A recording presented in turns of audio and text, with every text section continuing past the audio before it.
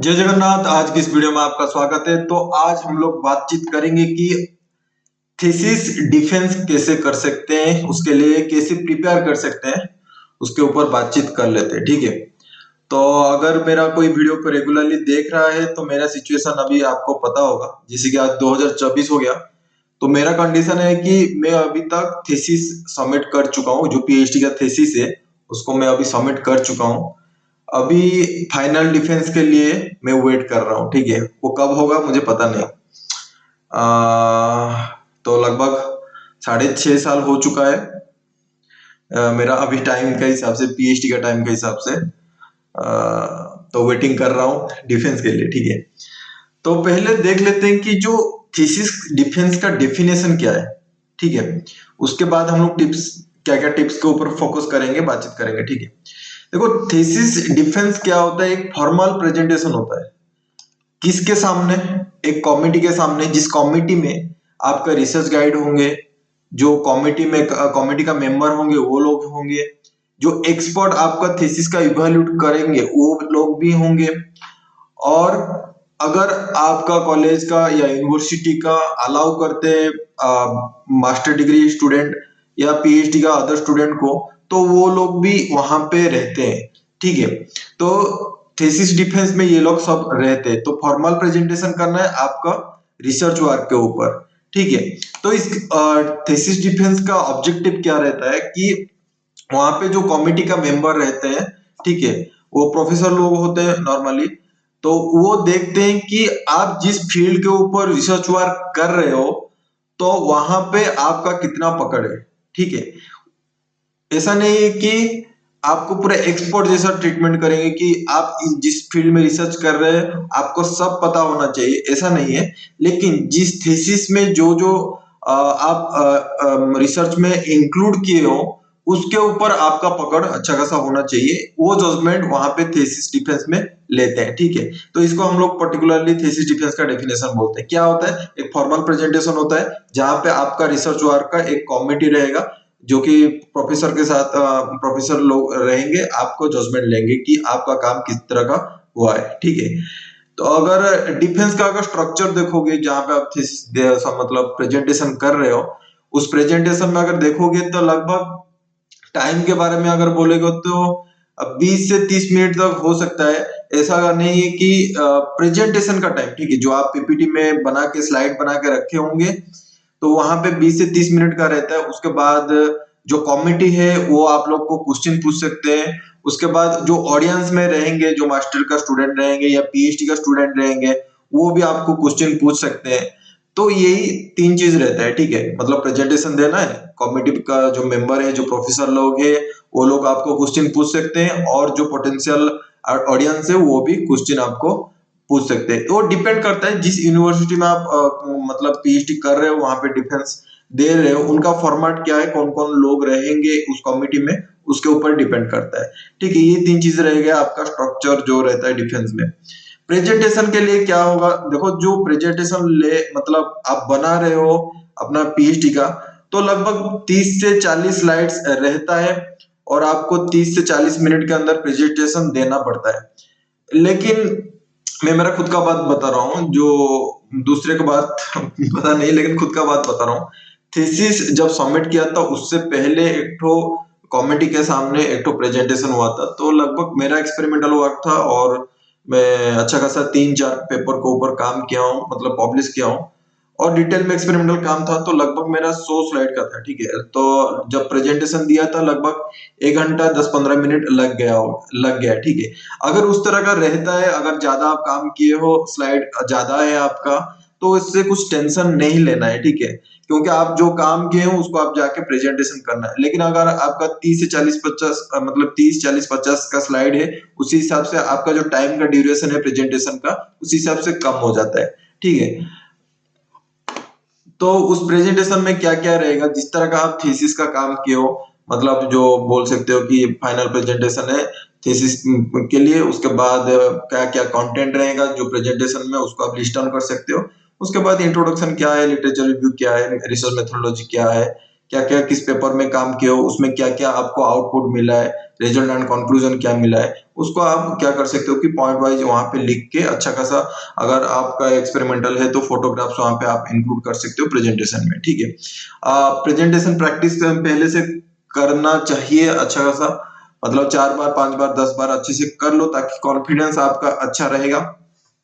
क्या होता है कि जब प्रेजेंटेशन के टाइम में मतलब स्ट्रेस तो डेवलप होता है, ठीक है, ऐसा नहीं है कि स्ट्रेस नहीं लगेगा, लेकिन अगर ज्यादा प्रैक्टिस करके जा रहे हो तो इतना स्ट्रेस नहीं लगेगा। अगर फिर भी आपको डाउट कंफ्यूजन इस तरह का लग रहा है, कुछ नहीं है, जो प्रेजेंटेशन है उसको डायरेक्ट देख के भी पढ़ सकते हो, ठीक है।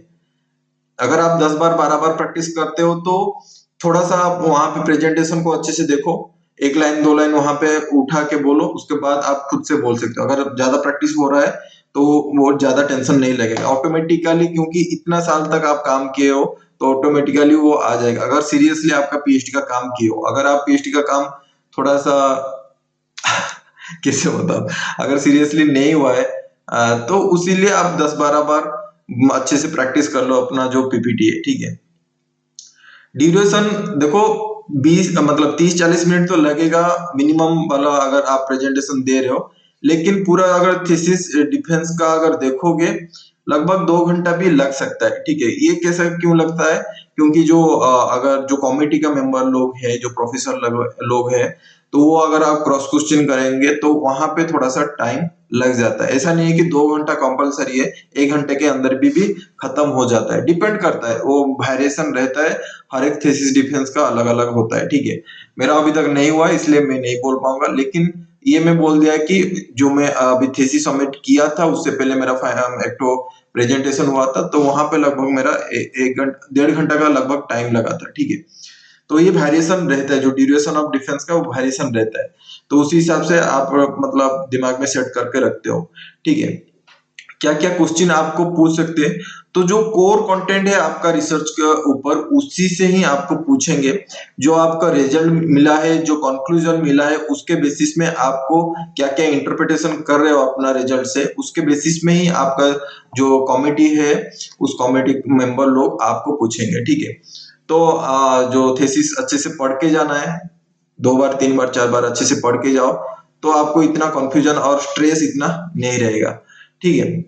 क्या क्या क्वेश्चन आ सकता है, वो चीज आप क्या कर सकते हो कि जब आप अपना जो थीसिस है जब आप उसको हम लोग खुद से पढ़ रहे हो, रिपीट करके रिवीजन कर रहे हो, तो वहां पे देखो जिस एरिया में आप काम कर रहे हो, जिस पेपर आप पब्लिश किए हो, नंबर ऑफ पेपर के बेसिस में जो जो कंक्लूजन निकला है, वहां पे क्या इंटरप्रिटेशन हो रहा है, क्या क्या रिसर्च एरिया है, क्या क्या मतलब रिसर्च गैप है, नोवेल्टी क्या है, उसको थोड़ा सा अच्छे से प्रैक्टिस करके चले जाओ, ठीक है।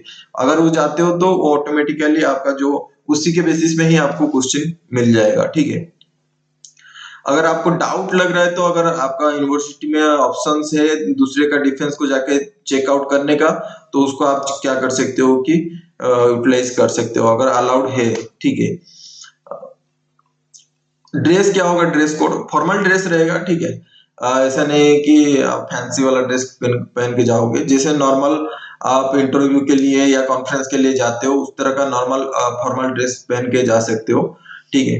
अगर आपको ज्यादा स्ट्रेस लग रहा है तो सपोर्ट आप जरूर ले सकते हो, अपना दोस्त के मतलब दोस्तों का सपोर्ट ले सकते हो, जैसे कि जिस कॉन्फ्रेंस में कॉन्फ्रेंस रूम में आपका थीसिस डिफेंस होगा, वहां पे रूम का अगर सेटअप करना है, हैंड आउट एब्स्ट्रैक्ट का प्रिंट आउट करके जो कमेटी का मेंबर होंगे वहां पे उन लोगों को देना पड़ता है, तो वो चीज सब आप कर सकते हो, अपना दोस्त का हेल्प ले सकते हो, नहीं तो खुद से एब्स्ट्रैक्ट पहले से प्रिंट आउट करके रखो और वहां पे जाके वो मतलब डिस्ट्रीब्यूट कर सकते हो, ठीक है। तो डिपेंड करता है आपके पास सपोर्ट है कि नहीं, अपना अपना जो दोस्त है वो लोग है कि नहीं अवेलेबल, क्योंकि पीएचडी का टाइम ड्यूरेशन इतना लंबा होता है, तो हर कोई 6 साल 7 7 साल उसी कॉलेज में नहीं रहेंगे, ठीक है।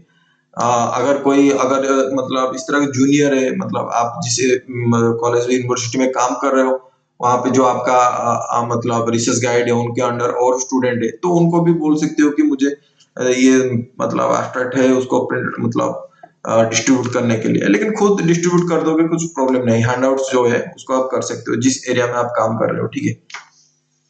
एक बैकअप प्लान रख के चलो, मतलब जो एक नया वाला शार्ट बैकअप प्लान करके रखो एक्स्ट्रा, क्योंकि अगर कोई स्पिल्स हो जाता है या मिसअप हो जाता है, ड्रेस खराब हो जाएगा, तो एक बैकअप प्लान करके रखो। अगर मतलब जहाँ पे आप डिफेंस में थीसिस डिफेंस करने जा रहे हो, अगर डिस्टेंस में अपना कॉलेज से अगर डिस्टेंस है, मुझे पता है कि मेरा जो कॉलेज का है वहां पे जब थीसिस डिफेंस करना पड़ता है तो लगभग 120 किलोमीटर डिस्टेंस कवर करके वहां पे वो लोग करते हैं, ठीक है, मतलब डिस्टेंस है, तो रास्ते में जाने के टाइम में अगर कुछ प्रॉब्लम होगा तो इसलिए बैकअप सेट एक ठो रख दो, ताकि जो फॉर्मल ड्रेस है वो मेंटेन होके रहे जो आप दे थीसिस डिफेंस के टाइम में, ठीक है।